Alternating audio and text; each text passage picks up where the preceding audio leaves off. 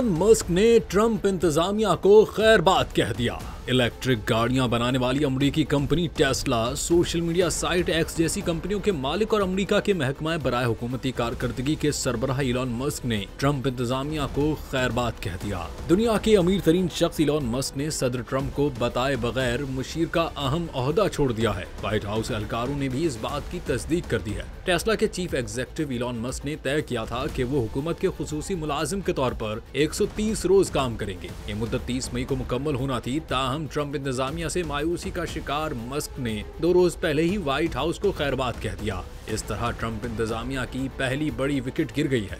Elon Musk ने एक ही रोज पहले सदर ट्रंप के बड़े खूबसूरत बिल पर अदम इत्मीनान का इजहार किया था। उन्होंने कहा था कि बिल या तो बड़ा हो सकता है या खूबसूरत, मगर वो नहीं जानते कि ऐसा बिल दोनों खुसूसियात का हामिल हो सकता है। इलॉन मस्क ने वाजे किया था कि बिल में शामिल बाज़ उमूर से वो खुश नहीं।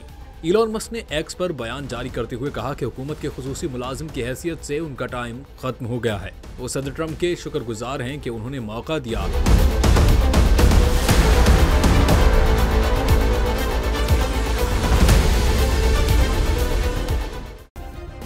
सब्सक्राइब करें और बेल दबाएं ताकि कोई खबर रह न जाए।